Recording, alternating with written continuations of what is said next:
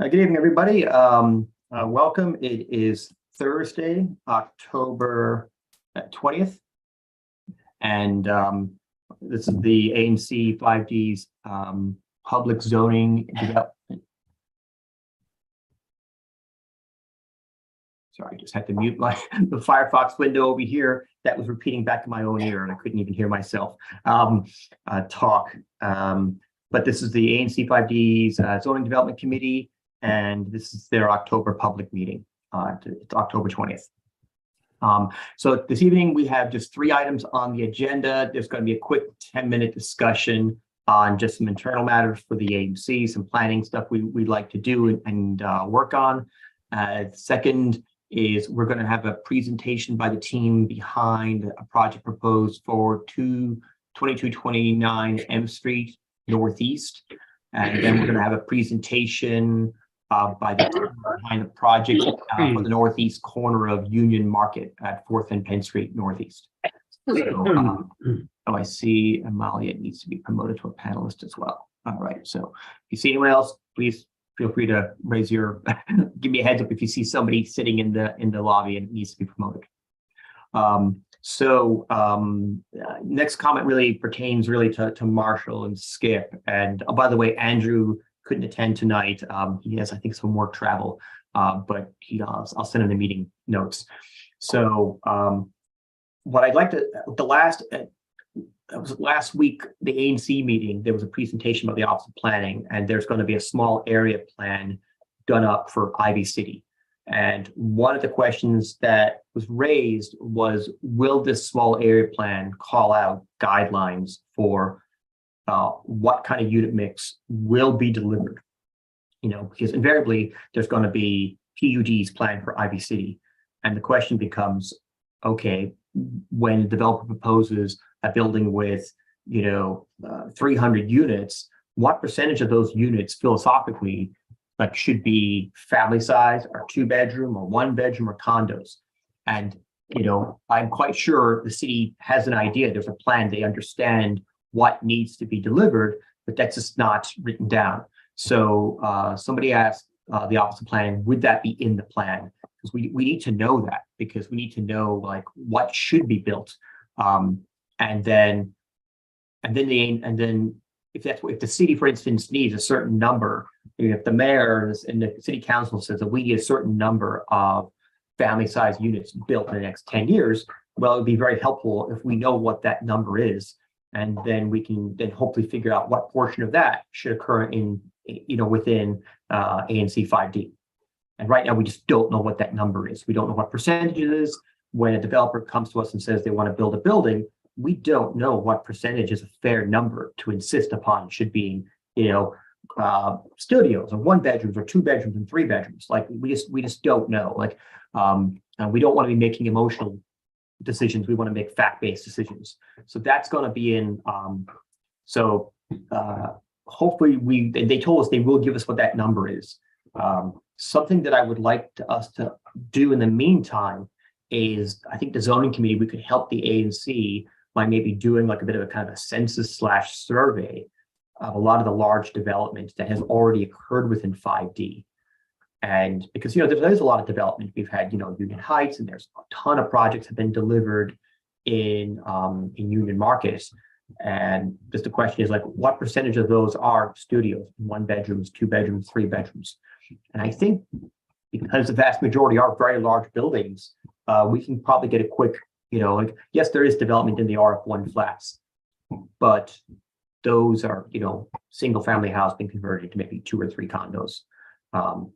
So I would like us to figure out some way of us maybe doing a survey. And this isn't something quick, but, just to get a ballpark idea of what has occurred over the past, 10 years, just to understand what's been built and are we meeting? Are these reasonable, do we need to catch up? If 95% of what's been built is 1-bedrooms, maybe that's not what the city needs. Skip, we were chatting earlier, and you had mentioned that there was there is some metric of what the mayor's asking for. Well, I heard this at a meeting at a friend's house. It was Brianne Nadeau, I believe, was the speaker. She's councilwoman yeah. for, I think it's Ward 1. And she said that that the mayor, this is based on my memory, so just bear with me.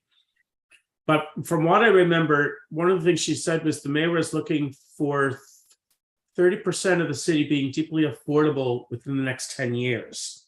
In addition to the 20,000 Black homeowners she wants to add to the rolls, you might say.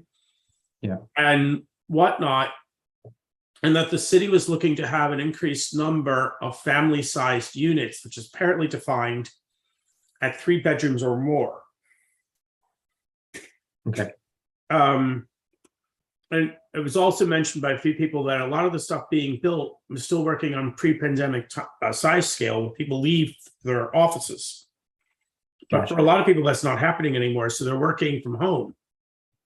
And and she was asked about that, and she said that they would be encouraging increasing sizes of units to compensate for that. But she didn't have any real hard facts per se on that, what the city was planning, at least not that I remember. But it's something we definitely should try to figure out. And per tracking down the census type thing, I don't know if the ANC has such authority, but yeah. So anyway, I think we need to do that survey, and I think we do need it. And so we'll try to do that in the next few months, and I'll try to figure out, is there some way we can kind of use some like GIS tools or something, we can create a map to see what's being done. I think it would be very useful to understand what's been built, but more importantly, I'd like to understand like what we need to build, because sometimes people can be anti-development, but if the city needs a certain amount of housing so that we can maintain supply and demand, and if it's family-sized housing, then we just need to know what that is. I do see a message in the chat that says, please add Michael Marshall to the list of panelists. I don't see him in the list, in the attendees list. I see one person in there, David Lewis, and I've clicked the button to promote the panelist. He needs to click accept, but I think everyone else is in the meeting right now. So yeah, that small area plan is coming up for Ivy City, and hopefully that plan will codify exactly what the ANC should expect, because it is an emotional thing. We have our gut reactions. There's a building right now being proposed for unit market, and I think 87% of the units are studios and 1 bedrooms, and I understand, like, the team behind that, their market analysis shows that's what the market needs. And I don't know, is that what the city needs? Is that what we should build? And I'm quite sure there's urban planners way above our head who have figured out what should be built. Well, and we need to decide what we think we need and the reasons we need it as a neighborhood. Yes. Yeah, and I agree. So it's not just like, I think the city needs a certain number of units, and then a certain portion of that, maybe some neighbor, I mean, to me, it feels like the city should track that. Like, they should say, if the city says we need 10,000 new houses, they should go out there and say, okay, we're going to say Ward 5 needs to do this number, Ward 4 needs to do this. Now, certain wards have geographic issues, right? The wards that are around Rock Creek Park, which is mostly, the zoning is different there, right, than from Capitol Hill. And there's different zoning in Ward 5, and some areas have a lot of historic preservation areas. But like, the city just needs to write down what they need, assign targets, and then hold developers and hold the AMCs accountable for meeting those targets. It's just not written down anywhere. Not that I know of. If it is written down, they're not communicating it. So we might just have to like take the bull by the horns and try to force the issue for ourselves. But at least Office of Planning did say they would put this down in writing for the IVCD small area plan. So anyway, I don't want to get too much more. I want to be respectful of folks' time, and I ran a little long there, 15 minutes. Well, I ran 5 minutes long. But Marshall, do you have any thoughts, concerns on that? I think it'll be a lift. And I think we should start with like DC Atlas, see if we can find GIS. I'm sure that either as part of the census or some other piece, I'm sure that information is there. So we should take that tack first, see if we can track it down before we try and create it. Okay, good. I like that. That's a smart play. Okay. Yeah, I'll follow up with you later to see, how we go about this. We need to figure this out, like what's been delivered and what we need to deliver. This is the first thing we're asking. Yeah. So, okay. All right. So I'm going to move on to the next item in the agenda. And by the way, hopefully I have been properly spotlighting I'm not sure I did. Spotlighting the ASL interpreter. The next item on the agenda is a presentation by the team for a project at 229 M Street Northeast, and that is a zoning commission case. It's CC 22-21. So whoever wants to. Good evening. Hello, how's it going?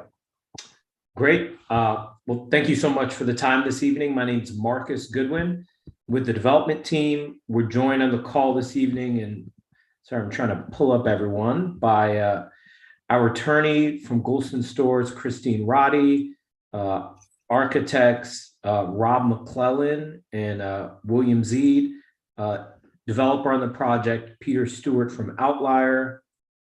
And I think that's the team that's joining us this evening for the presentation. I'll be pulling up the presentation if I can do a share screen now, and Christine from Golston Stores will get us kicked off. Right. Yes. And thank you for having us tonight. We appreciate you making time for us on the agenda. As Marcus said, we are here to present an application for 2229 M Street Northeast, and it's a PUD, planned unit development application.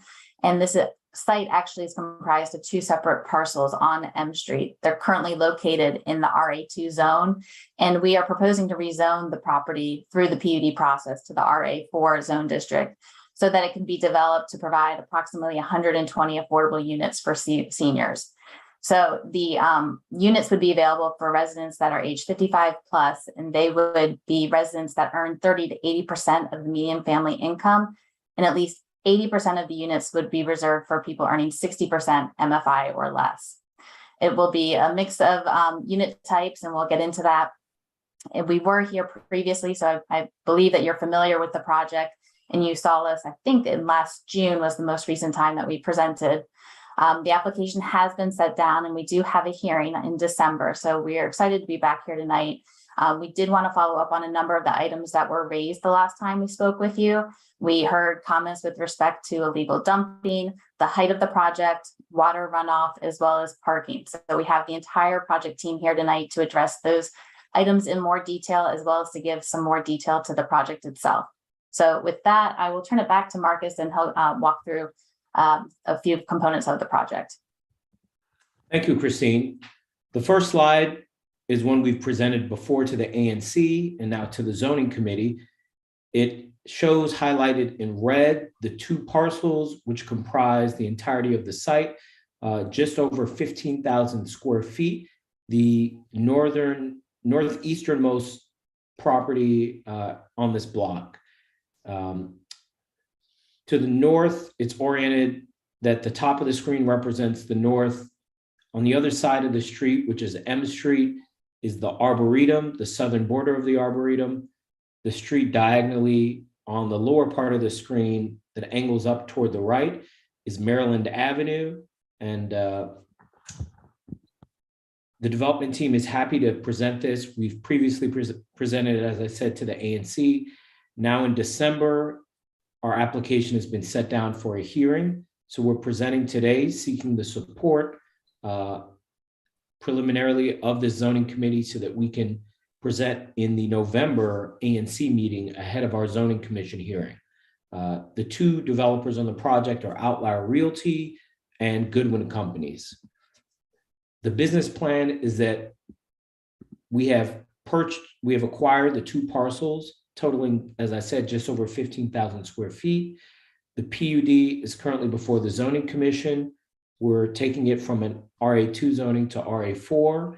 And we understood by doing market research and analysis that high quality, affordable units serving the 55 and older population is incredibly important and increasingly rare in the District of Columbia. Therefore, we have designed and are presenting a building that represents 120 units, of which 52 are studios, 55 are 1 bedrooms, and 13 are 2 bedrooms. The building is a 90-foot tall building, achieving an FAR of 5.04 and totaling a gross area of just over 92,000 square feet. Some of the amenities in the building include a community center, community room, a fitness center, a bike room, which includes a repair station, mail and package room, storage for the tenants of the building, a rooftop common area for building residents, a rooftop garden, solar panels to power and minimize the electrical utilization of the building, and a landscape entry along M Street, among other amenities.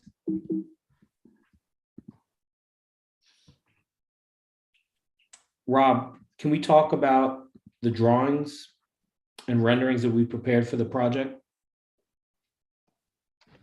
Yes, Marcus, thank you.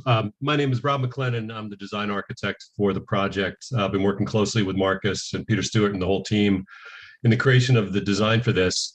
We're looking at what we're considering the front elevation facing toward M Street. So this is the north facade.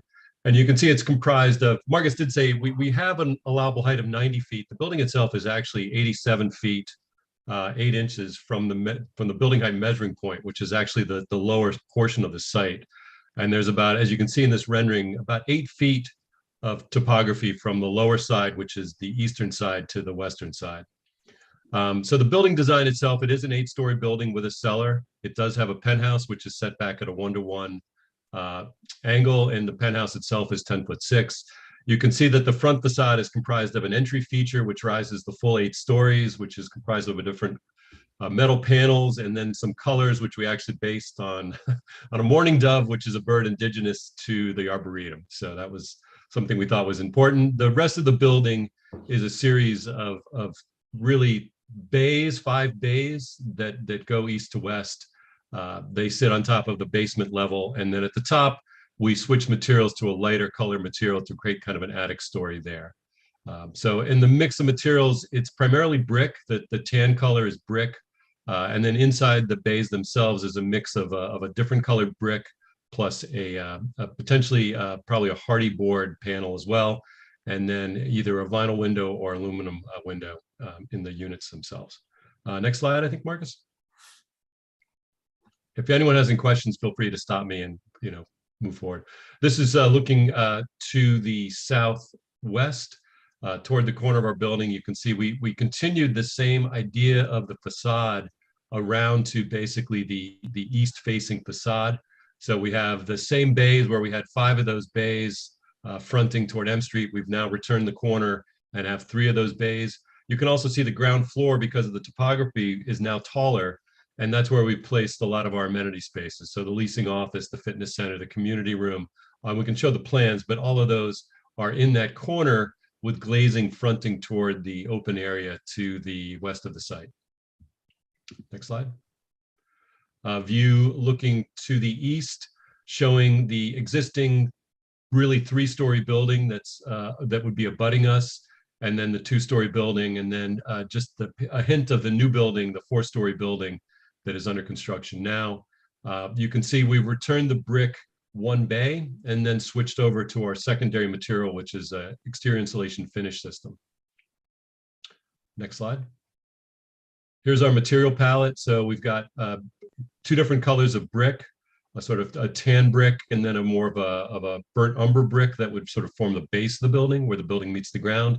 We are proposing metal tan panels. You can see the red maroon panel, which is that highlight panel at the entry, and then the mix of gray in there as well, and then the ephes, which would be really on the sides and rear of the building, fronting toward the alley.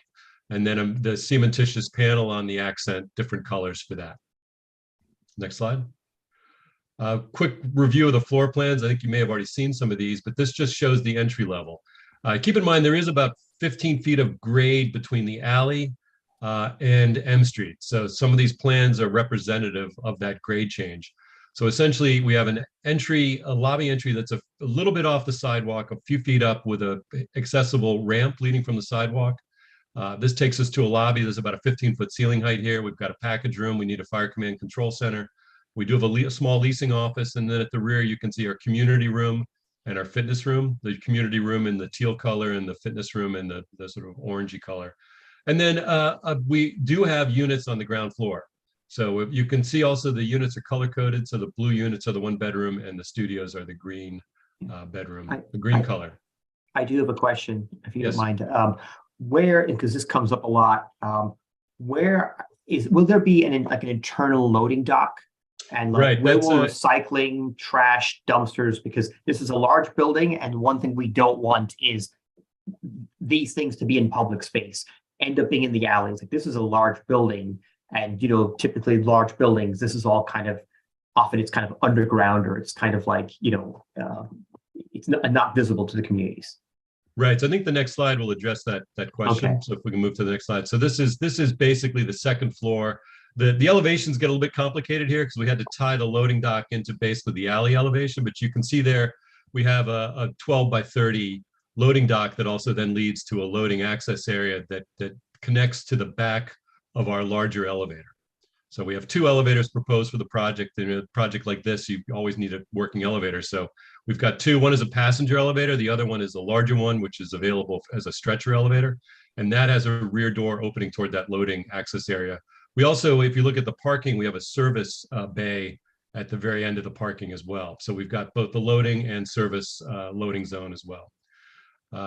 This also shows the trash room that you were asking about. So we do have a trash chute that leads to a trash compactor. We also have recycling areas as well. So the intent is all of this is handled internally and is distributed from the alley to folks that are picking it up. Yeah. Do you have like later in the presentation, or could you have like renders that will show what that will look like?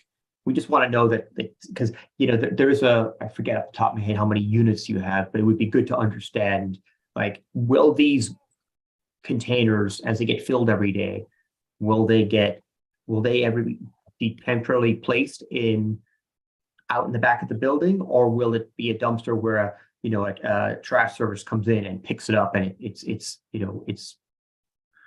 not an issue for the people who your neighbors are sharing the alley?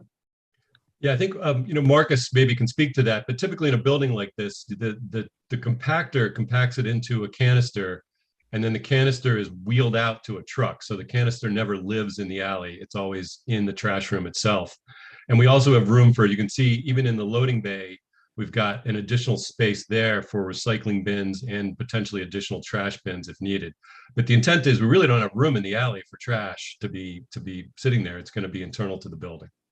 And these are also conditioned spaces. They're air conditioned, so noise and odor are all contained within these areas. Yeah, as Rob said, the plan is for biweekly pickup of trash, and there's a compactor in the days where there isn't collection for all the trash that's being dropped down the chute to, minimize the amount of space that it would take up. This slide also shows the parking at the rear. We do have an accessible ramp.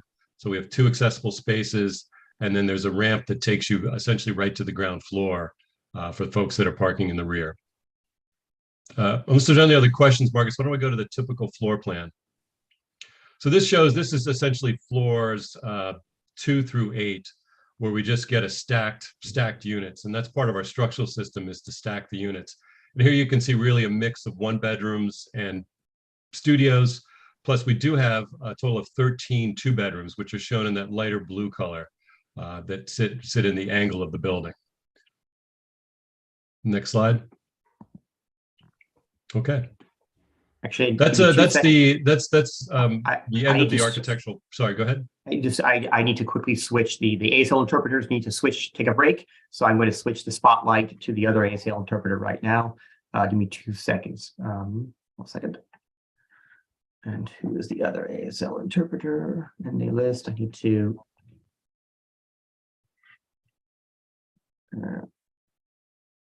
Sorry, I'm trying to find the other ASL interpreter. Let me put them into gallery view real quick.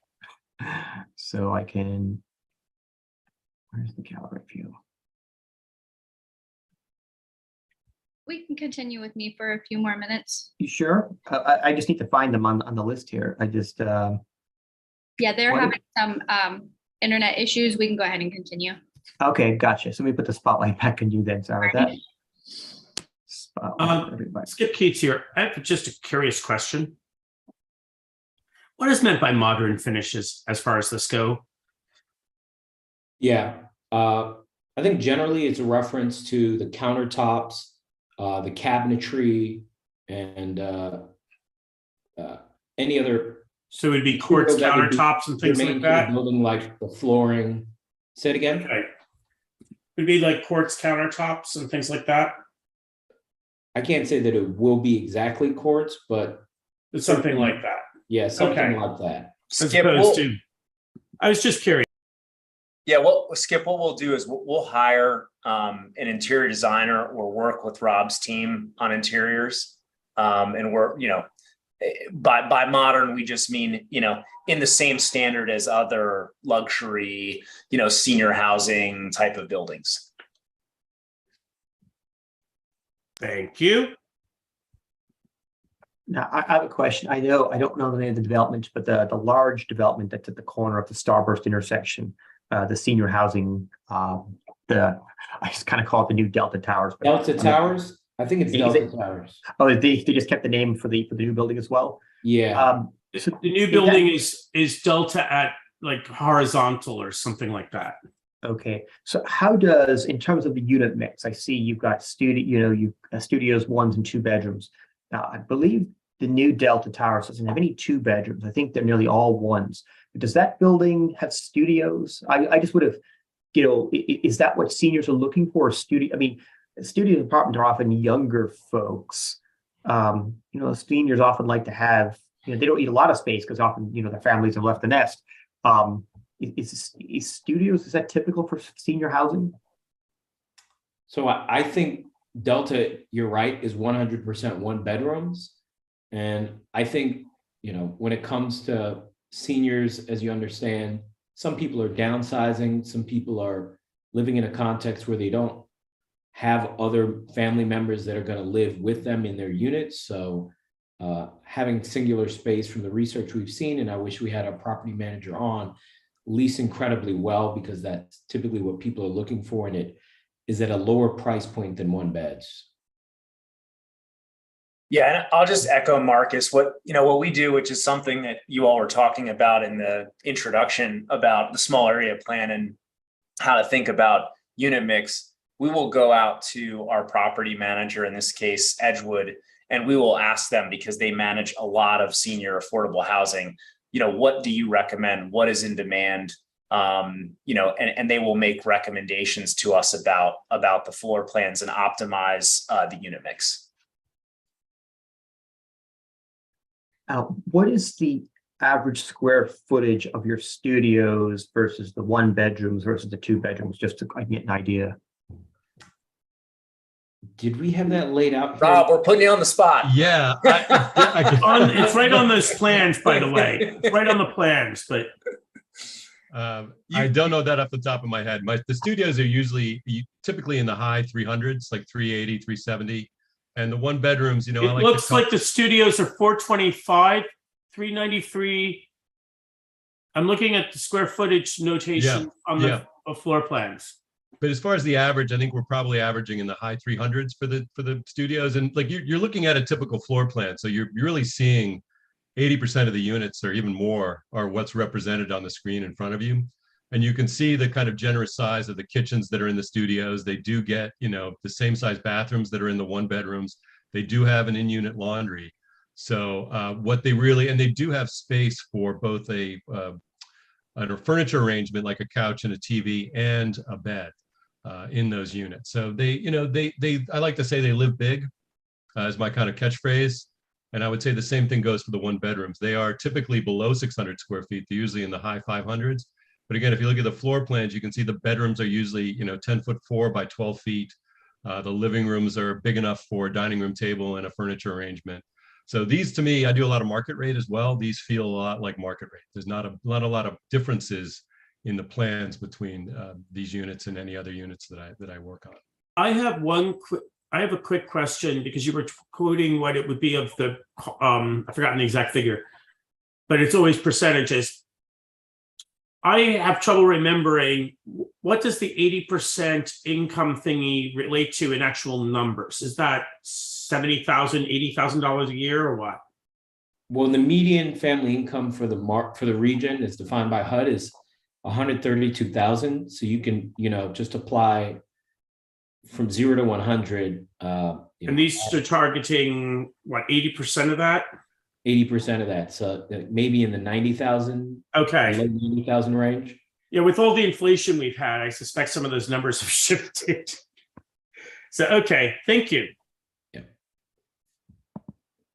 And so I think, we'll continue on with Will Z from Grove Slade to talk about the transportation aspect. Hello, as Christine mentioned, I'm William Zide with Grove Slade. We're the traffic and transportation consultant working on the project. What we have before us here is some maps that we've produced using GIS to show what the connectivity that this site has. So the map on the left is just generally the walk shed. So how far you could walk from the site with these different tiers. We've also overlaid the bus line so you can kind of see where the bus stops are. So this site is right next to the X8 line with a stop just to the south on Maryland Avenue. There's no bus shelter there today, but we are proposing as part of this project to install a bus shelter at that location. So here we can see you can get out to Bladensburg Road, that area, with a longer walk. We have on the right side of the image, the right side of the page here, this is a little more in-depth detailed analysis that we've prepared.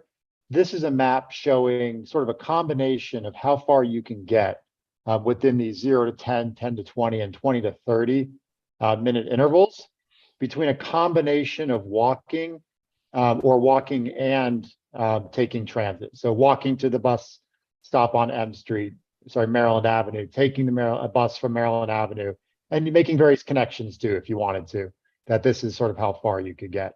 So this shows that there's a pretty decent coverage for this area. We're also going to provide a connection between M Street and Maryland Avenue for pedestrian. So to make it easier to walk that whole way to get to the bus stop on Maryland Avenue. I believe that's generally these figures. If anybody has any questions on what we're showing here. It's part of our proposal. Yeah. I did have a question. This was something Skip brought up back in June. There is an existing path on the property line shared with the space with the park that's owned by the national park. And that's your building is being built on that property line. But that path is actually used by neighbors all the time. It's on the right side of that yellow lot line there. It's if you showed like a Google Street View, you could see it's a sidewalk that basically connects from M Street to the alley. Yep. And you go to the second slide, Marcus. Yep, that's perfect. Yeah, and it's used, as Skip tells me, it's used by the neighbors all the time to get from M Street down the street.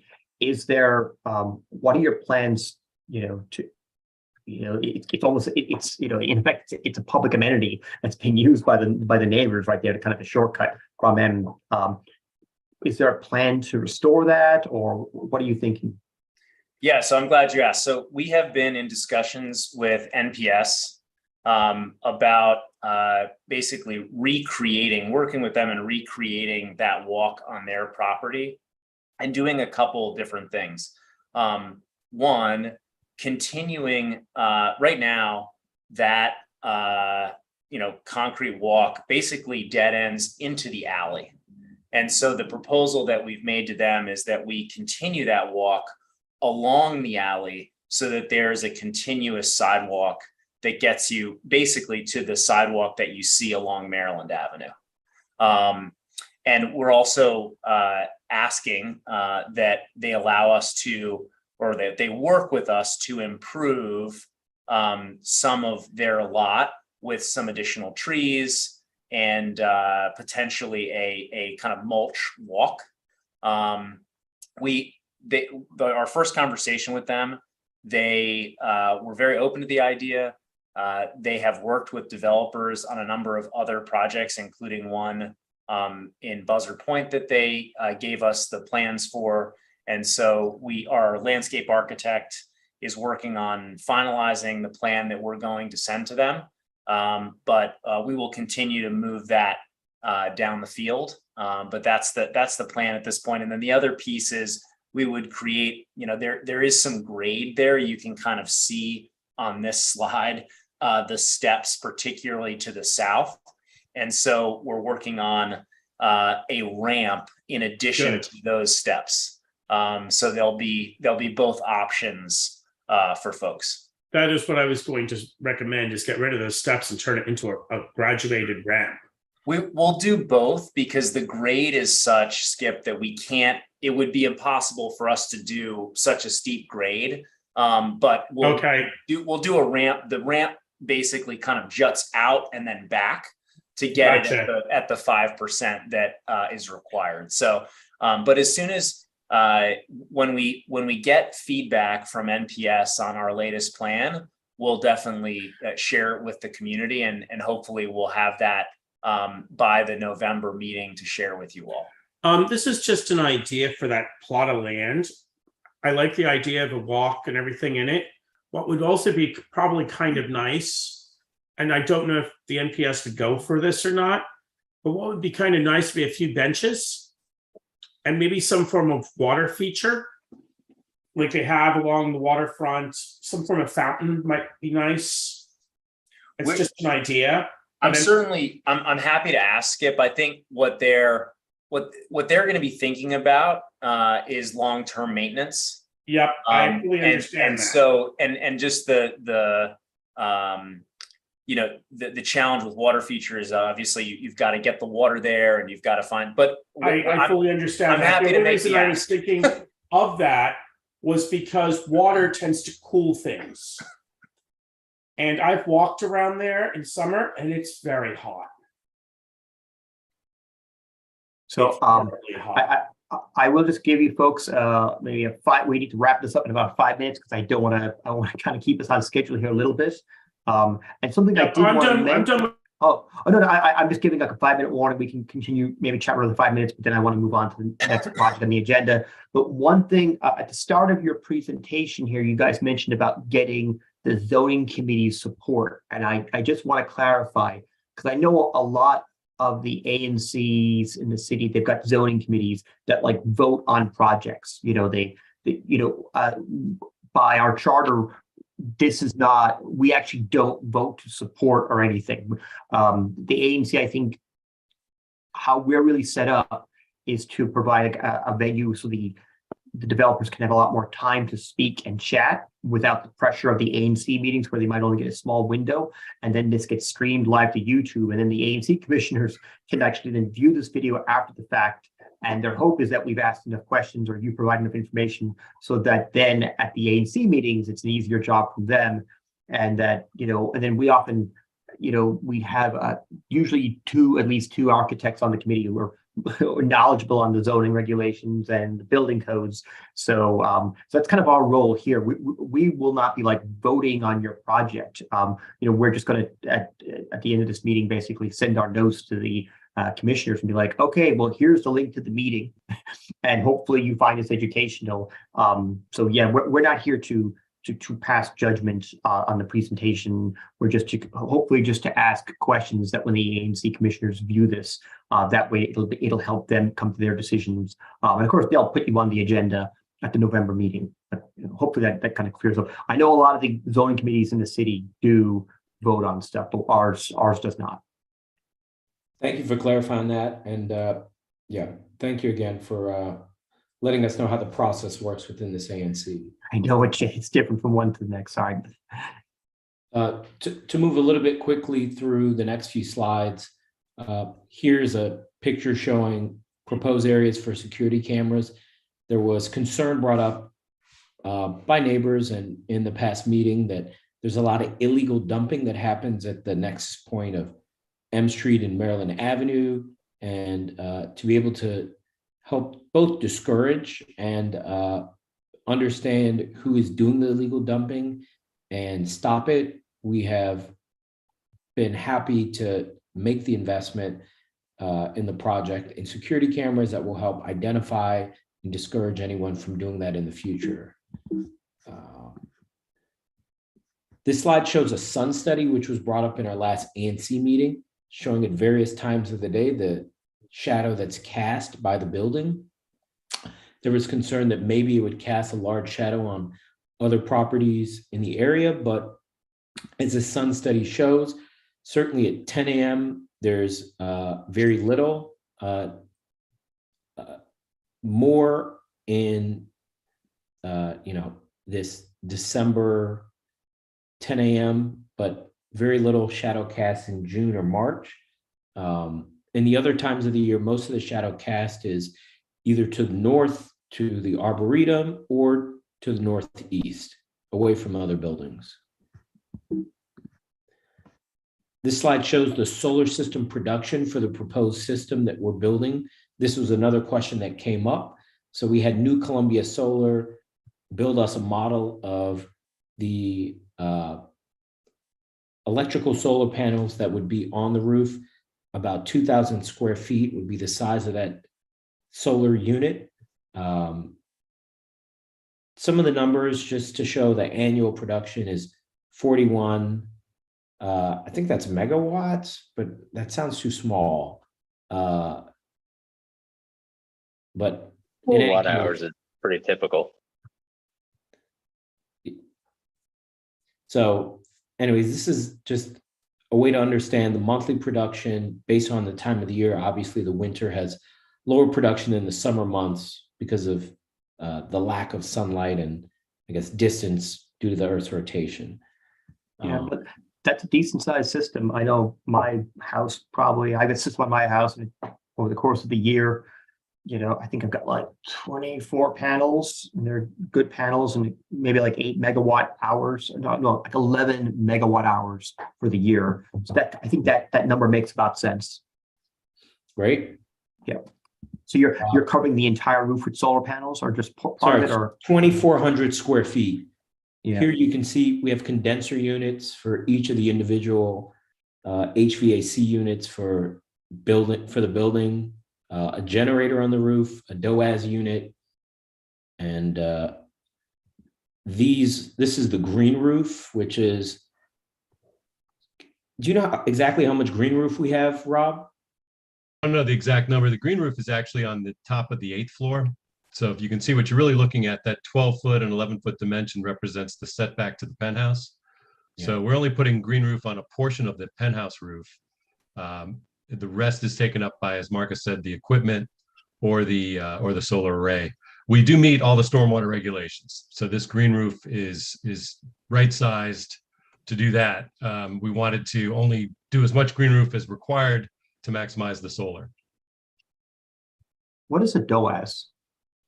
Direct outside air supply. So it pre-treats the air, so that the units themselves in the individual units in the apartments are receiving direct air from that's already been preconditioned. So I think it's like 60 degrees. So instead of pulling air directly from the outside when it's 15 degrees out, that can be a problem. The DOAS helps with that. This building needs to meet certain stringent requirements, and that's one of them. Is we couldn't do a direct outside air intake. We had to do the DOAS. Is it each of the units, is it heat? I'm assuming it's some form of heat pump system. Yeah, it's a pretty standard split system. So you've got a condensing unit. We've got about half of them up on the roof, and the other half, you might have noticed, they're sort of on the alley in an areaway, so out of sight. You can only do the refrigerant lines can only go so far. So yeah, they're usually a 3/4 ton unit, Mitsubishi, we call them, suitcase units because they look like a suitcase. Each one is hooked up to an air handler within the unit itself.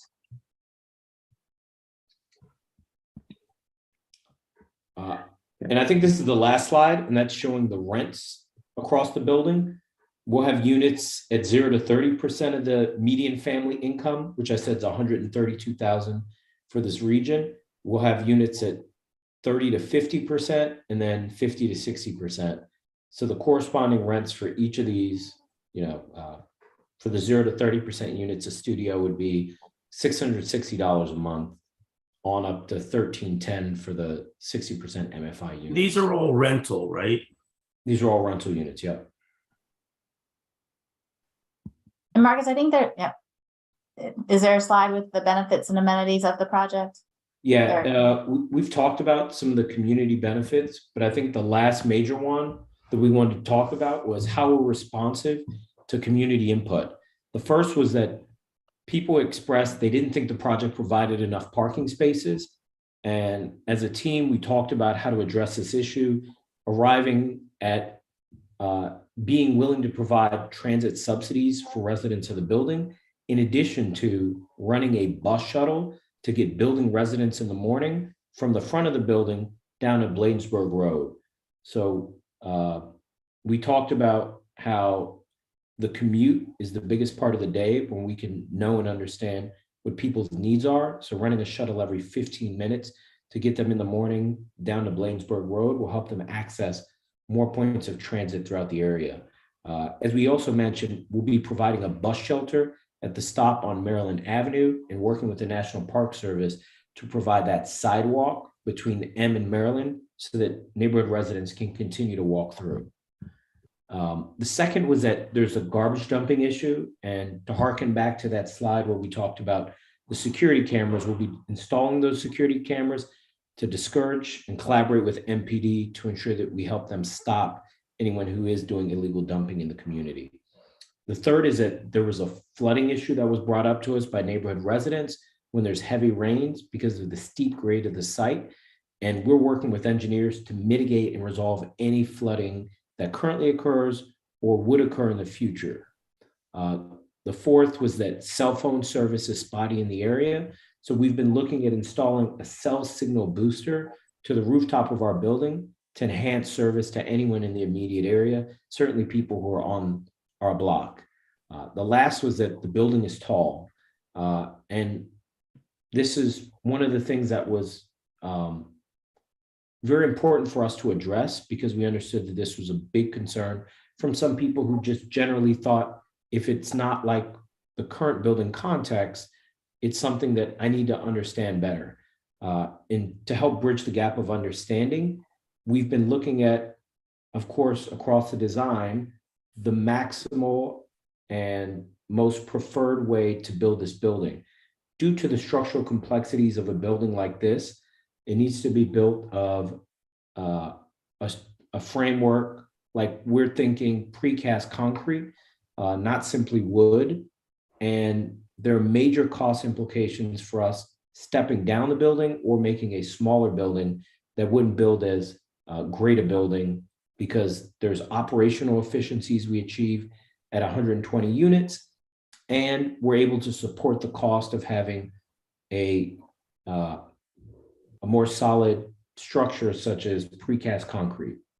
So these are the ways that we're responsive to both listening to the community and taking active steps toward resolving any issues that occur with what we're proposing with our project, because we want to be good neighbors and we want to ensure that when people bring up issues to us that either occur now or they're afraid may occur in the future, we want to be responsive and at the forefront of creating real solutions. I do have one per the cell phone stuff. I have one quick question, or I hope it's a quick question. Verizon is beginning to build things out for Fios in this area. When I built the building I live in, Verizon wasn't interested in doing anything. Now they're going to be retrofitting. What the question is internet service. I know both Starry and DC's own system, which I think is called DC Connect or something like that. Problem they have with Carver Langston, which is this neighborhood, is we don't have tall enough buildings for them to put up the antennas to radiate out the signals across the area. With your building being at 90 feet, it potentially would be something that would help with internet connectivity in your own building. So I'm just throwing out that it might be also something in addition to the cell phone service to look into. Yeah, I think that certainly one of the benefits of having a building and you know, Rob's gonna correct me, 87 feet and 8 inches. But it's at a significant height that having a cell boosting tower will have a lot of positive impacts to people in that immediate area in a way that other buildings can't. But I'm very familiar with the Starry service and know that they've been very well received in other neighborhoods where they've helped address this issue. Marcus, I have to wrap up right now, so I can be respectful to any other team going to present, but I do have a request, which is, I think it has to do with the building's height with respect to the street it is next to. So I know that street, I think, is listed as 90 feet, but then some of that was like public sidewalk, some of that was parking lane, another sidewalk. The actual street itself is only 35 feet wide. So I think what would be useful so that people can understand it, if you can find examples of other similarly tall buildings on similar width houses, so people can understand the context. This is how, when this building is done, it will look in context. I think sometimes people, maybe their concern could be, it's not necessarily that it's a tall building, because we've got lots of really tall buildings being built everywhere. I think the concern is this is being a tall building built on a relatively small street. So, for the November meeting to the ANC, if you guys could, if your team could identify other examples so they can visualize what that will look like, I think that would be very helpful. Thank you. I think that's a good course of action, and we'll be looking at, I got that note from Christine, examples of other buildings of this size on streets of similar width. Yeah, and if you could send it to the ANC, the commissioners, like ahead of time, that way you can tell them, hey, go to this address in the city and stand there and see how this looks. So there's nothing like standing there and looking at something that actually allows you to kind of get a feeling for what it should look like. And that would be, I think that would be helpful to the commissioners. That way, like before the meeting, they know what to expect. Great. Okay, well, I would like to move on to the next team waiting to present, if folks don't mind. But Marcus, I really appreciate you and your team presenting this evening. I appreciate it. Thank you. Thank you for your time. Thanks, everyone. Okay, so who on the next team would like to present?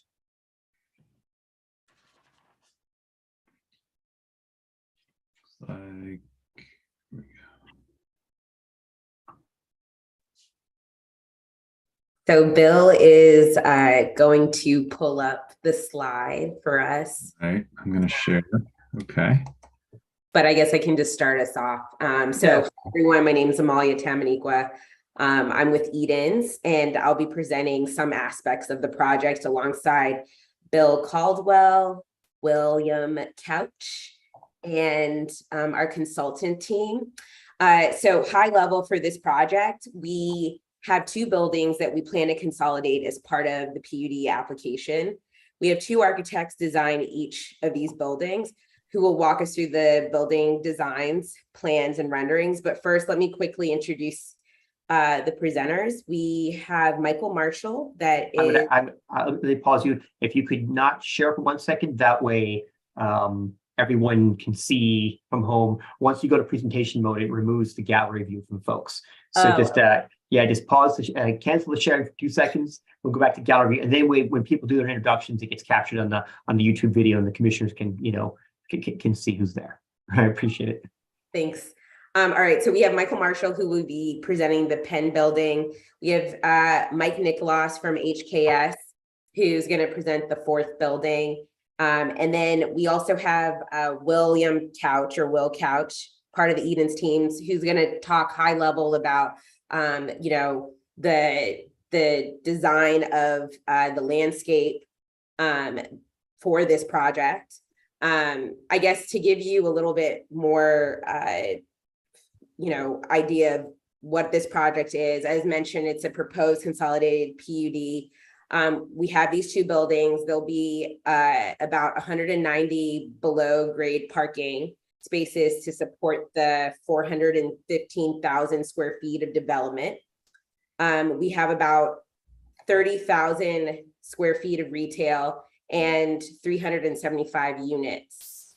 It was really important to us as we were designing both buildings that we incorporated creative design elements that ultimately lead to discovery, thoughtful placemaking, community engagement on the ground floor plane, in hopes to promote activation on the public realm. Bill can, put the slide up. Presentation, not the slide. Okay. Thank you. Yeah. Appreciate it. You're welcome.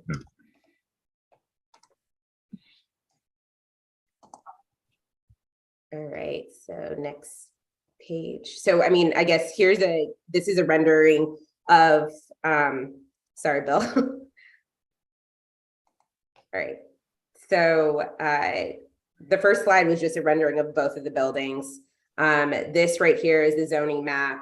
Really to orient you, the project is off New York Avenue, Penn Street, Northeast, and we're proposing the subject PUD, which is in blue and currently zoned as PDR1, to be rezoned to NU 9A. Next slide. Okay, I'll step in here for a couple minutes just to orient you again. The project is at 4th and Penn Street here. And the white dash is, as Amalia pointed out, this is a consolidated PUD. So it's actually 3 parcels, 2 along 4th Street. One is the Motel 6, which you're all familiar with here. And then there are several buildings to the south, which we call the Pascal parcel, who was the former owner of those parcels. And then we have what we call Maurice parking lot, which is a parking lot on the corner of 5th Street and Penn. I think what is important about this project is that 4th Street is the gateway into Union Market off of New York Avenue. And so, as you'll see from the planning exercise that we'll speak about in a minute, in the urban design designs that we're promoting here, that we really tried to respond to that task. And so we'll illustrate those in a moment here. The next plan that I will go into is really, these are elevations of the existing context around the 2 sites. As you see along here, this is a block view along 4th Street.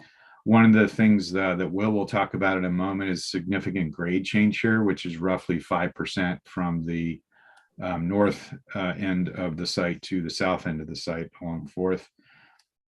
You can see on view number 2, and those views here are annotated here in the diagram below. You can see the view into the market from 4th Street coming off of New York Avenue. The next image here, number 3, is 4th Street looking north, just toward the new building that's been constructed there. And then we have 2 more images of the Maurice parking lot, one sort of looking southwest, I guess, toward Penn and 4th, toward the site, and then one looking more north along 5th Street there. Quick question: Sure. the parcel park, the one to the south of Hotel 6, which has a different name. I've forgotten the name. It said parcel or something. Pascal, thank you. Yep. How is on there? It looks like it's 4 buildings. Is that actually 4 buildings, or is it more than that? I'm just trying, when you're looking north, I'm trying to figure out how far down it's coming. Sure, I can show you. So there's a way to orient yourself is there's this large metal building here, which is actually being renovated now for a restaurant there. So it's everything north of there. So I can show you. Everything north of there. Okay. Yeah. So it would be that. So it's that building on the very edge. It's the short buildings to the north side of that. That is the Pascal parcel. That's correct. Yep. Okay. Thanks. Sure. Let's see if I've got everything there. So I think with that, I'm going to hand this over to, I'll talk about the landscape eddies, and then I'll hand this over to Will. So one of the real important aspects of this plan, you all may be familiar with the previous PUD we did, which is we call PNC because that's where the bank is. And so you can see we've created these landscape moments. As you know, in the market, there's a lot of hardscape in the market, and so we recognized the need to create more landscape. And so we did that on the PNC side, or the west side of 4th Street here. And that served a couple of purposes. One, it was to deal with the pretty extreme grade there, because as I said, that's about a 5% grade. So we were able to create these little what we call eddies, or these open spaces here that allow pedestrians to come and actually access the retail and public space along 4th Street. We've in a similar vein, we thought about that on the east side of the street, and you can see the green really denotes public spaces that we are considering connecting through the site over to 5th Street here. So one of the most important design features of this plan is really what you'll see, what will talk about in a moment, where you're actually connecting 4th Street to 5th Street. And why that's important is I'm sure you all recognize at Union Market, you have these very long blocks, and I'll go up here a minute, but you can see how long these blocks are. So we came up with the concept of really breaking that block and trying to create that discovery, or those discovery moments that Amalia spoke of earlier. So we do have actually what we call paseos that cut through the blocks, one sort of in the middle, sort of at the edge of where the present Motel 6 building is, and then one at the south end, which will connect through adjacent to the other larger building we spoke about earlier. And again, that does a couple things. It helps ameliorate the grade issues that we have, but also provides public open space. There's one other feature that you'll notice on here, which we're calling the urban garden. This is not part of the PUD. I just wanted to be clear there. But that is a building that is actually landmarked. It's in the historic spine of the buildings. And so we will be talking to HPO about that. We've already reached out and started discussions about that building, but that's not part of this application. But we will connect once we go through that process, the alley through to this courtyard. And then we're noting that as we call it the JBG courtyard, but that's the application that I think you guys have seen before, but there's a large courtyard across the street. So we wanted to connect 5th Street and 4th Street together, and terminate those vistas and paths at those locations.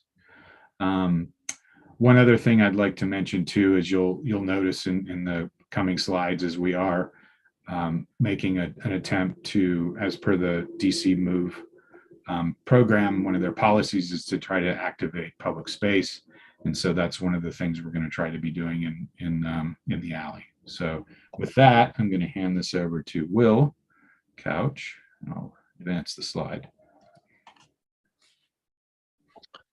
Thanks, Bill. As Bill just alluded to, this moment to connect 4th and 5th Streets, I think this diagram does a good job of showing how we're using the alley as a place to make those connections and for some exciting placemaking opportunities.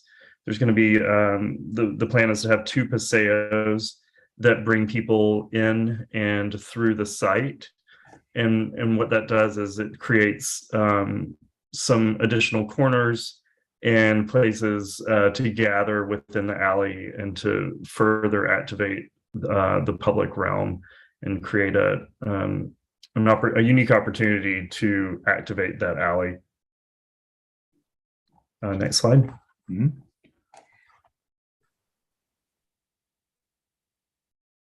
Here we've got the ground floor landscape plan.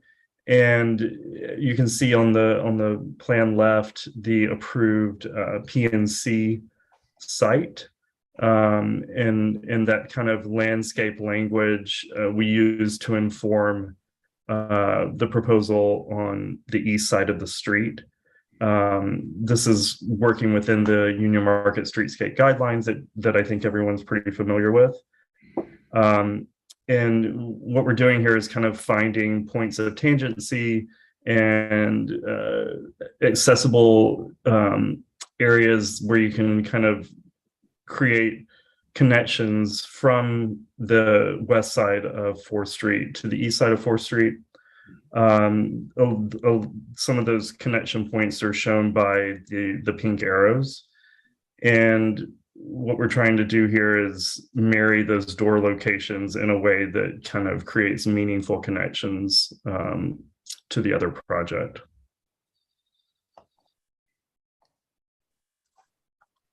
I think it's also good if you want to go back just 1 second. Sorry.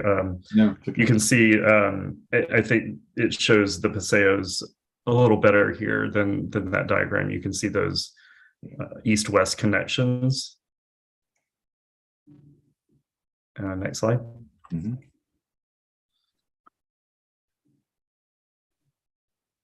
And so here we have some precedent images of alley as a place.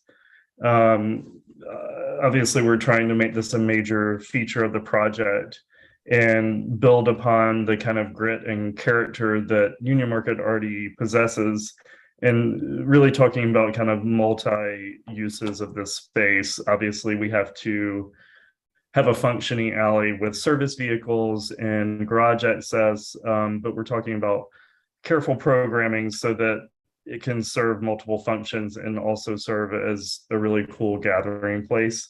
And another thing that we're trying to do here is kind of create this north-south connectivity that already exists on 4th and 5th Streets, but we see an opportunity to kind of bring that into the alley, and also, again, with those paseos, shorten that block experience. Next slide.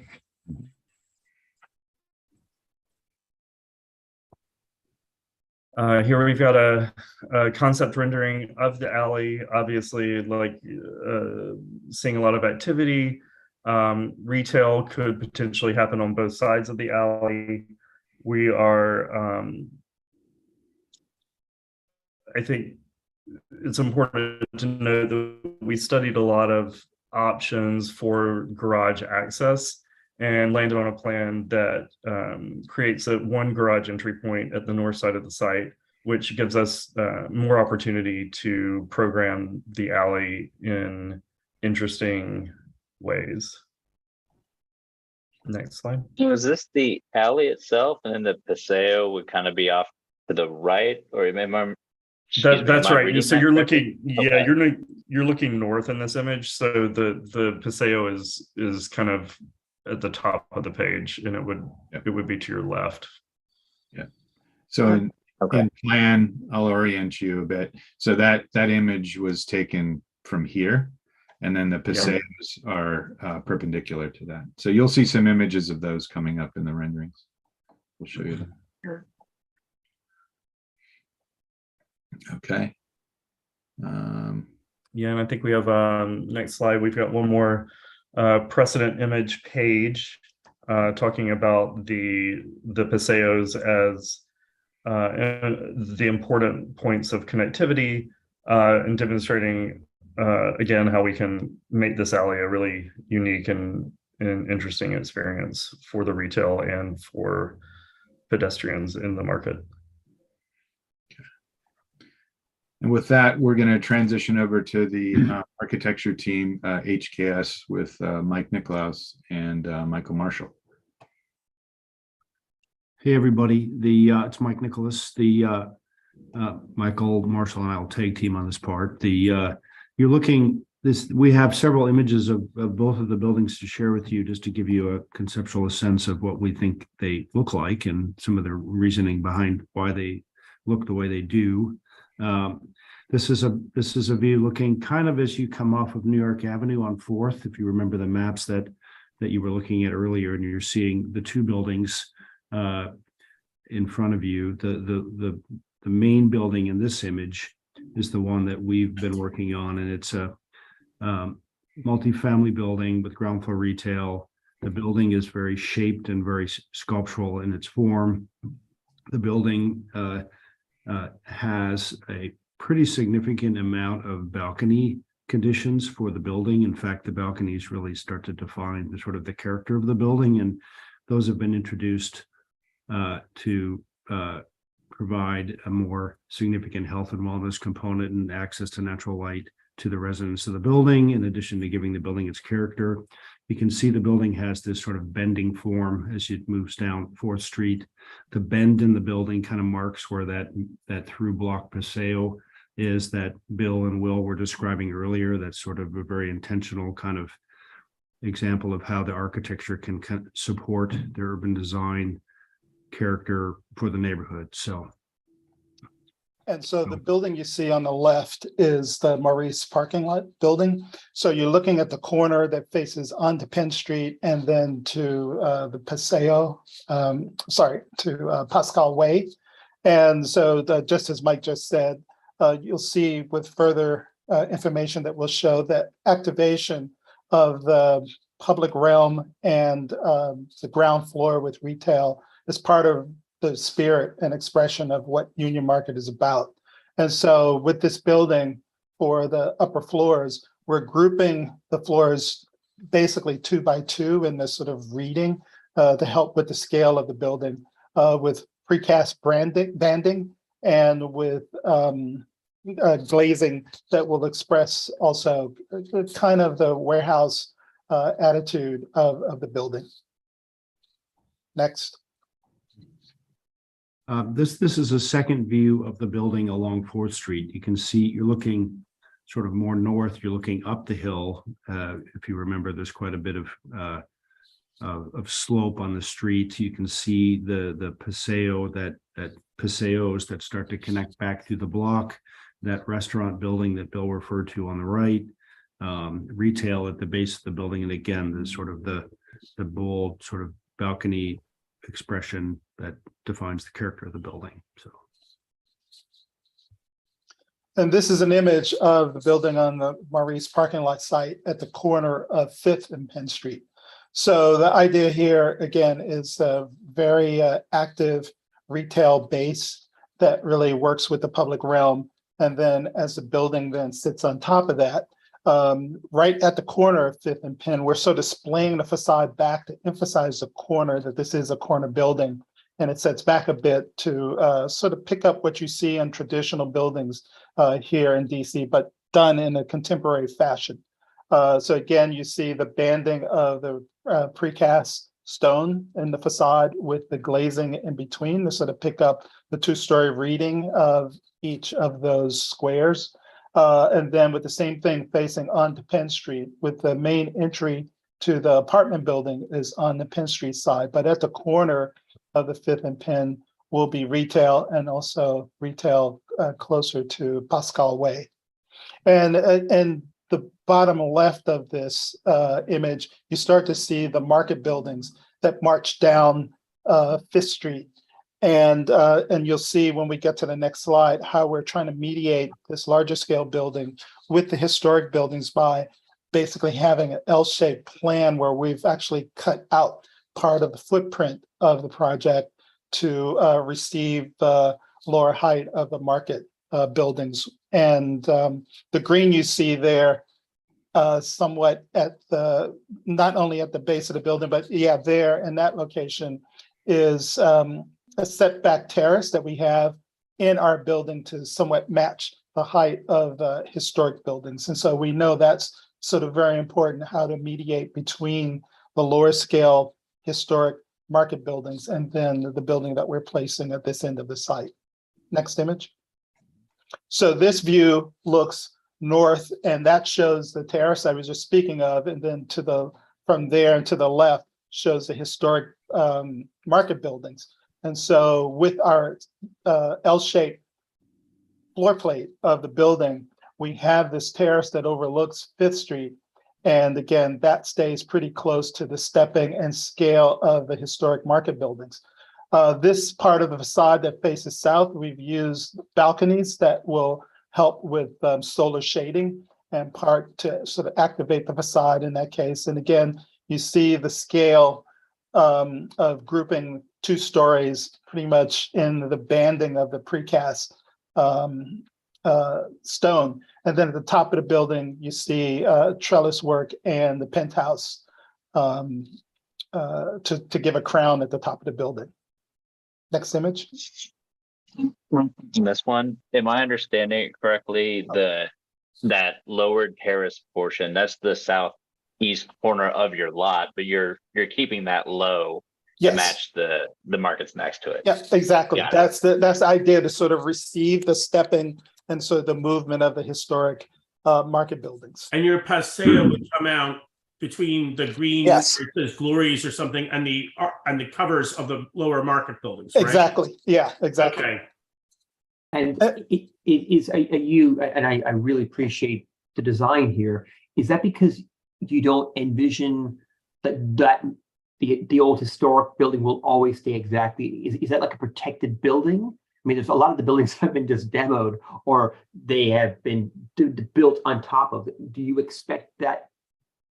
No. We're expecting, because of the historic fabric of these buildings, will stay as it is. And that's why we feel comfortable with the balconies and the windows that are then facing pretty much due south, but also fantastic views across to the monumental core from the site. So you can see the Capitol. And so we're very comfortable and actually happy with the scale of those buildings to the south of our site. Right. Thank you. And I would add, Michael, you spent a lot of time on this design and actually aligned the facade with the face of the historic buildings as well. Right. I think that's an important note. Yeah. Thank you. Next image. So switching gears here a little bit, this is an image that looks a little bit more closely at the building along 4th Street. And we've talked about this passageway through the block quite a bit. You can see how we've sculpted the building back and carved it to sort of emphasize that opening through the block. You know, the passageway itself is not that large, but we kind of have made a bigger statement at the street where you see retail and the residential component of the building carved back to create a more dramatic access point to the passageway.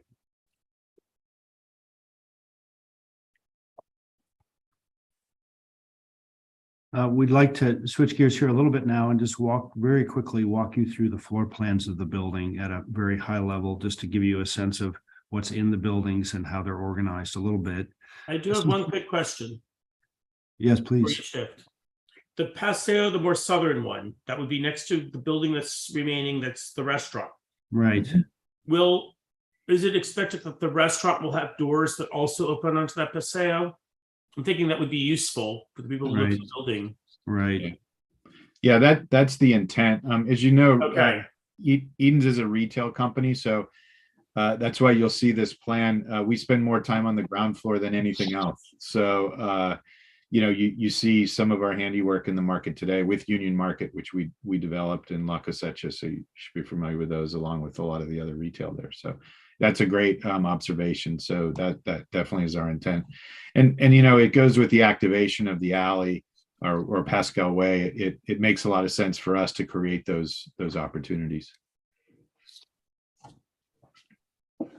So you can see, this is the ground floor plan of the building, and you can see that the vast majority of the ground floor of the building is small shop retail or lobbies to the two buildings. And Bill wasn't kidding when we talked about spending a lot of time on the ground floor of the building, especially a building on a hill. It's a harder design problem than something on a flat site.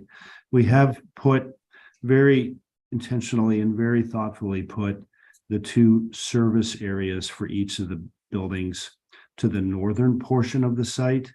You can see that's sort of the bigger part of the site. So that's part of the sort of the rationale or the logic behind putting them there.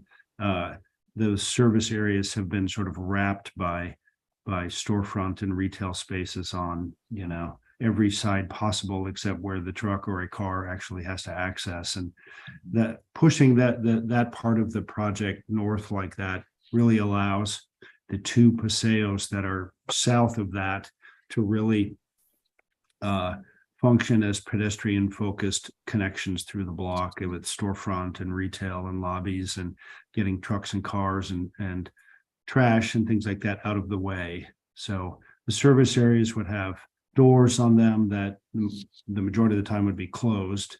There's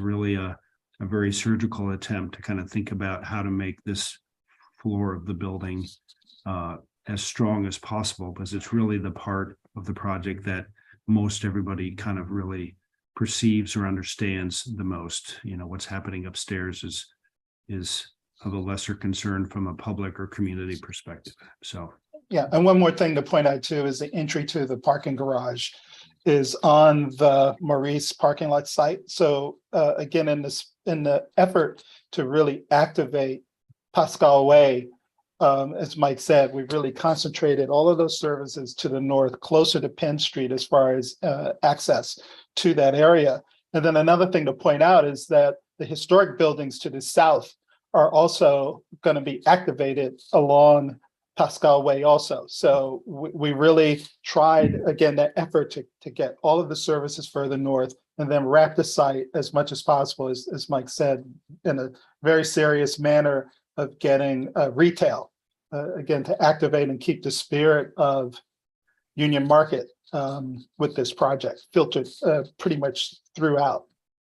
This may sound like a weird question, but is Pascal Way wide enough for something like a moving van to be able to go into and out of those loading docks? Mhm.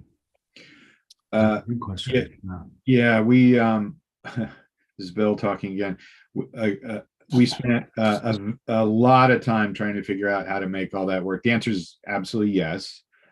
We do have a waste management system. So if you've been to New York, been to Union Market, you know that currently there are a lot of dumpsters in the alley.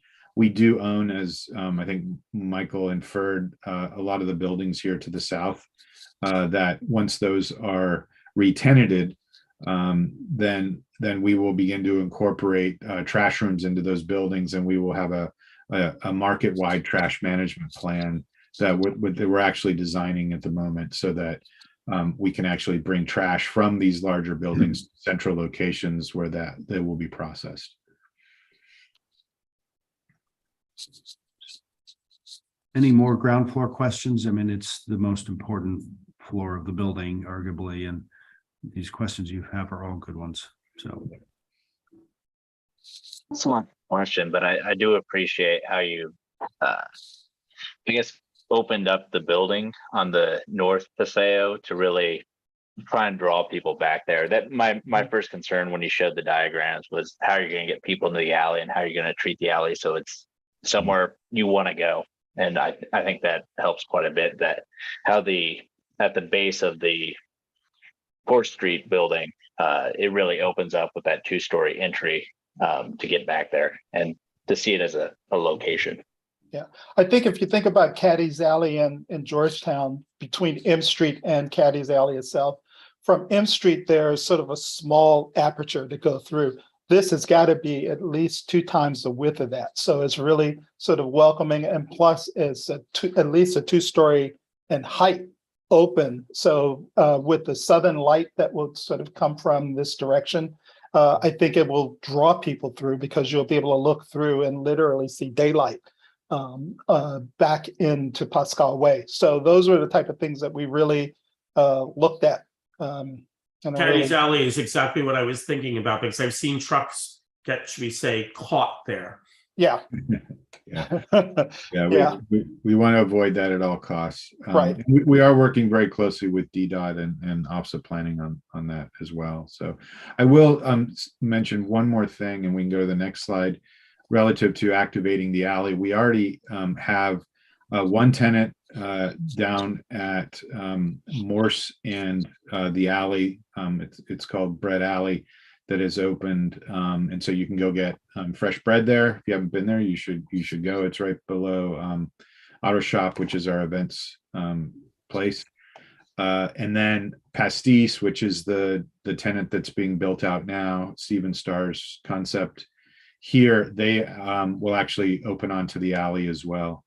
to activate that space. And then we have another lease signed with a group out of New York on Neal Place and the alley that will also open onto the alley. So they're all planning to take advantage of that opportunity to activate that space. So you start to move up through the upper floors of the building. You can see sort of a second floor of the building where you're starting to see the floor plan where it's yellow. It's intended to be residential. We haven't drawn all of the units in on the plan, but there are units facing all of the perimeter edges of each of the two buildings, both facing toward the alley and north, east, south, and west. You can see how the building is sculpted a little bit along 4th Street. Michael had mentioned earlier, there's the courtyard opening along 5th Street that allows the building of a larger scale to work kind of as a gracious neighbor to buildings that are smaller. That's very thoughtful and intentional on his part to do that. And I think it's a nice solution that he's come up with here. So that's why you can see basically it's an L-shaped plan, and then that notch out of it somewhat aligns with the sort of second floor of the historic markets to the south of us. You keep moving up. There we go. So there are a few plans that all sort of look similar here, but you can see some of the typical floors of the building and how they're organized along a central corridor, elevators, stairs, but what is really upper floors defined by residential apartment units. Well, you have a slide later on that just kind of gives us, I think the ANC commissioners will want to know, you have 375 units. How many 1 bedrooms, 2 bedrooms, 3 bedrooms, studios? Do you have a slide later that just summarizes that? So no, we don't, but I'm happy to go over that once they get through this and Okay, go through our proffers and benefits chart with you. Okay, great. This is just a curious question, but is there a bridge that connects the two buildings at some point across the Pasco Way? No. Okay. I've seen some buildings where they have that arrangement. Mm-hmm. Yeah. Actually, I had thought occurred to me earlier. Is there any underground connection between, because you guys are doing the building across the street on the PNC PUD? Is there any underground connection between via parking between those two buildings, or is it all separate? There is a connection. Yep. Oh, there will be. Okay. No. He's asking about the PNC building. Yes. Yeah. PNC. Yeah. Oh, there is a below grade parking connection. Yeah, I thought that's what you were asking. No, not between our site and PNC though. That would have to go under 4th. Between these two buildings. Between those two, yes. The parking is interconnected. That's why, as we showed you earlier, the entry to the garage is on the Maurice site, but underneath they all connect. Okay, great. That's right. Thank you so much. I think it kind of answers the question I had and one I should have asked. Thank you. Okay, no, that's okay. Sorry, I misinterpreted it. So these are plans that are continuing to move up higher and higher in the buildings. So you can see the longer building, because it's a little bit taller, you're still seeing a floor plan. The Maurice building, because it's a little bit shorter, you're starting to see the top of the building, the penthouse floor with a little bit of amenity program and roof area, green roof, things like that. Yep. Again, you're up to the top of the taller building along 4th Street. On the left there, you're seeing in yellow, occupied interior space that is a combination of residential units and interior amenity space. You're seeing some rooftop area along the bottom of the plan with outdoor terrace and a pool. And then if you move to the right, you can see sort of the upper roof on top of everything, where you're seeing a lot of mechanical equipment, green roof area, sort of consistent with the requirements that the district expects to see, and a whole lot of attention paid to this floor of the building to make all of that fit. There's a lot of pressure on the top of the building to make all of these things work. So you can sort of visually see that as you just look at the roof plan. So. And we got a couple DOAS units here too. I know that was a conversation in the last presentation. Yeah. So the next image is. I just one quick question. Yeah. Our ASL interpreters were only scheduled until 9 p.m. So if we could maybe wrap this up by 9:15, would that be okay? Sure. I think we only have 2 more slides. Okay, great. All right. I just want to be respectful of everyone's time. Thank you so much. appreciate it. And in this image, this is basically a site plan that shows, as Mike was just saying, the rooftops of both buildings. And you can see the amount of green roof we're looking at, the amenity spaces where there are pools on both buildings to the south of each building, and the terrace space. And then on the building on the Maurice site, you can look all the way down to the sort of terrace where we've notched out to match the historic buildings to the south. Next image. And there we are. That's Yeah. the end of the show. Yeah, so I think this is a great time for us to shift gears and have Jeff Utz from Goulston and Stores just go through or walk us through our benefits and amenities chart. Great. Thank you, Amalia. Hi, everybody. I'm Jeff Utz with Goulston and Stores. Let me just increase the size of this slide. So this is a summary of the project's benefits and amenities package, broken down by category. You know, there's quite a bit here, but we tried to make it kind of easily legible.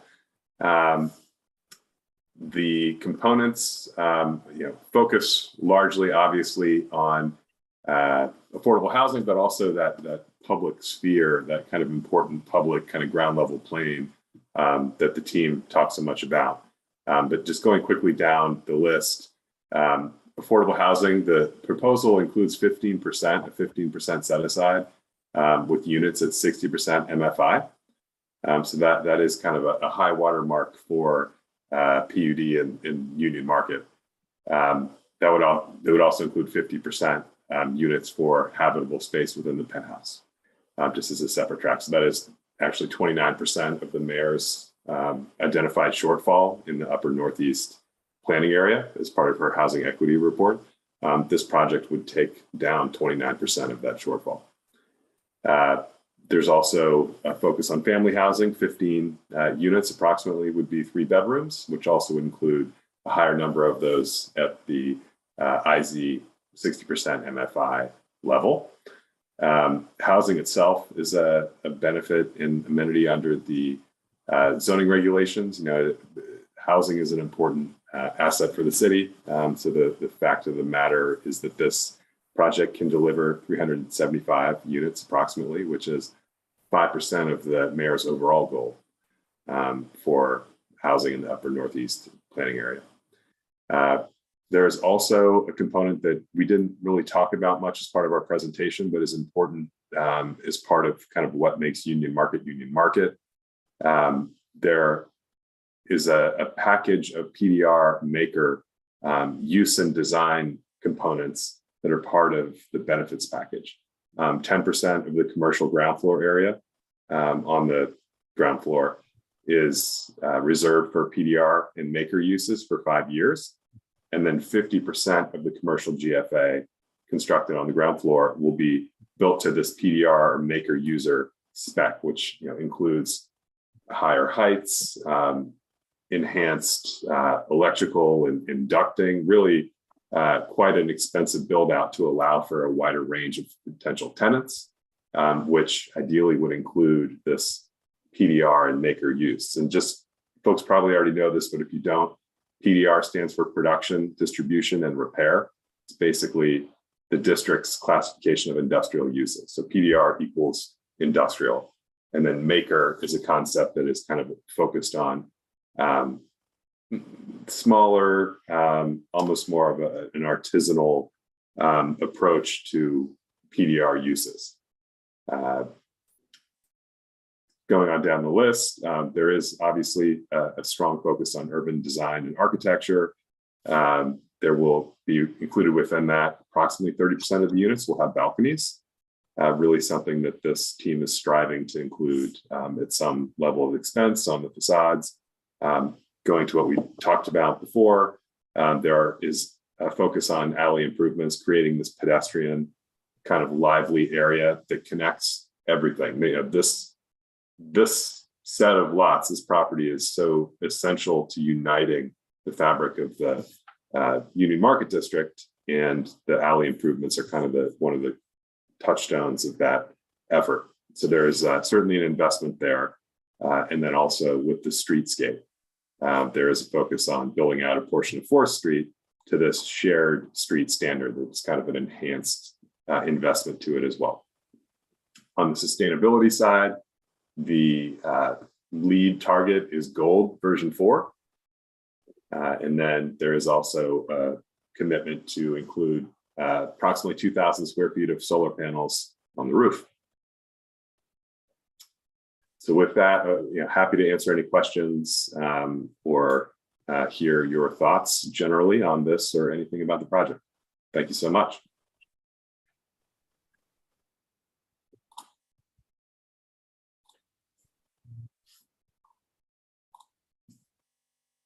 That was absolutely beautiful design. I just want to take my hat off to you guys. That's absolutely beautiful. Very respectful to the history of the area. Most of the things we often have concerns about, you're addressing. I love the parking. I love the plan of keeping, the alleys open for use by having coming in always from Neil Place above. Now, I don't think anyone is going to have any issues with the design. I see that 4% of the units will be the 3 bedrooms. When might you think you'll have an idea for the other unit mix? Yeah, so we haven't filed yet the PUD. We really wanted to kind of engage with the ANC first. Our hope is to file it soon. And I mean, ideally, once we do that, we'll have a better idea of what the exact unit mix are. We have, a rough idea of, some proposed total units. But, we still need to have more of we need to have a conversation with OP to have a better understanding of what they're looking for, as well as, what is feasible for the project. Yeah. I mean, in general, I think you heard us at the start of the meeting talk about, we just love to see 3 bedrooms and 2 bedrooms. And I know we need a diversity of housing styles, but we do want to encourage people just to, it's such a beautiful building. I would like to see people raise their families in the building. We'd like to see people not just be in the building for a few years until they, until they partner with somebody and they start a family. Now, actually, there's a question I did forget to ask. Are these condos or are these rentals? What is the plan for this building? They are rentals. The rentals. Okay, gotcha. All right.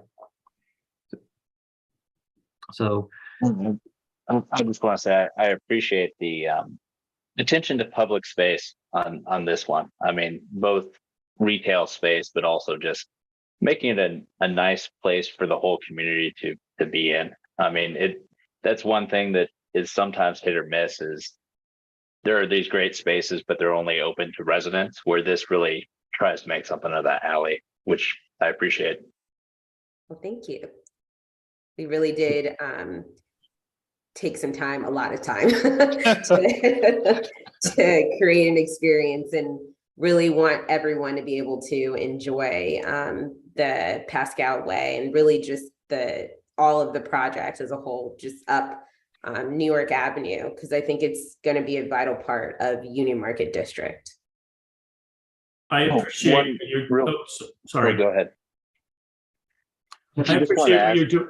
Oh, go ahead. Sorry. Is any of the parking garage, is that all for tenants, or will part of that be public as well, or for retail? Yeah, so part of it will be for retail as well. Yeah.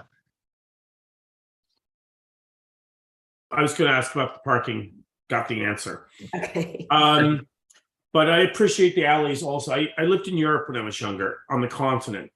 One of the things I really wish I would see more in this city And what you're saying with Union Market may actually have that. When I lived in Belgium and France, I liked the idea of being able to walk to my Chatelier, my fromagerie, my patisserie, my boulangerie, my charcuterie. And in this country, you can't walk down the street and get your stuff. You have to drive somewhere, or I mean, there's the Trader Joe's in Union Market. I know that, but I'm talking something that focuses on cheese or focuses on, and it's very rare. And from what you're saying, I'm hoping that's what I'll see there, or something like that. I wish I would see more in my more immediate neighborhood too. Yeah, no, I mean, first of all, the fact that you have traveled and you have described all of the Parisian like things that make me excited to travel to Paris, I thank you for that, because I needed that in this moment. You know, our hope is, or not even our hope, Eden's is hyper focused on curation of space and making sure that it embodies the demographic of the community that's surrounding us. So, you know, part of that is, you know, we've worked and partnered with, you know, local coffee shops to make sure that we're making sure that, you know, all voices are being heard and seen in the process. And primary example is we have a really amazing coffee shop actually underneath their office. It's called The Village. I don't know if you've ever been to it. Right. So they have great coffee, great like pastries, all of that. So by Politics and Prose. Yes, exactly. So you're familiar. So, you know, we haven't figured out what the merchandising is going to be for this particular project, but, you know, that kind of gives you an essence of what Eden's is about and making sure that we're insulating those types of creators in the spaces. Well, I've been to the bread shop. Okay, yeah. If we were in France, a couple doors down would be a patisserie. And then a few more doors from that would be a Viennese, a viennoiserie. That's Viennese pastries as opposed to French pastries. I think it sounds like he's saying that Mike and I need to go to Paris for research. What do you think, Mike? I'm in. No, I'm just saying that different countries in Europe deal with it in different ways, but I think it's nice being able to go and get something without having to get into your car, and where you aren't going to a big supermarket, which, I mean, Trader Joe's is great, but it doesn't have it, you know, a cheese shop, a true cheese shop has them from all over the world at a reasonable price. So speaking of being reasonable, I want to be respectful of our ASL interpreters who have already stayed later than they were. So Amalia, I really appreciate you and Bill and Michael presenting some amazing design tonight. It looks absolutely beautiful. And I'm going to, unless there's some, Marshall has any final questions, I do want to be respectful of everybody's time, but some amazing design. I'm looking forward to seeing, you know, all of the 2 and extra 3 bedrooms you're going to add to the project. And, you know, please negotiate with the ANC commissioners and find out from OP. But I mean, it's going to be a great destination. We love, my partner, we love going to Coach Asa and the whole area. And you guys care about design. That's obvious. We really appreciate it. Thank you so much to us. All right. Well, everybody, I'm going to sign off. Thank you so much. I really appreciate you coming, and I will send my notes to the ANC commissioners, and I will tell them, please watch this video. That way they know what's coming down the pipeline. Really appreciate it. Thank you. Thank you. Cheers. Thank you. Have a good evening, everybody, and be safe. Bye-bye. Cheers.